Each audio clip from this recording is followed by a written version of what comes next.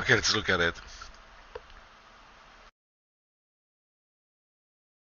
Okay, I'm gonna put it in wireframe to see if it's the final speed. Okay, so that's fast as that. It needs to be a little bit faster than that. That's a little slow. Okay. And also, you see right here, when in the air like that, that wouldn't work. You would fall. You need to be, your center of gravity needs to be moved back right here. Alright. So that's very important. So you go right there, and right here it needs to be like that more. And then it can comes back. See? Let's rotate.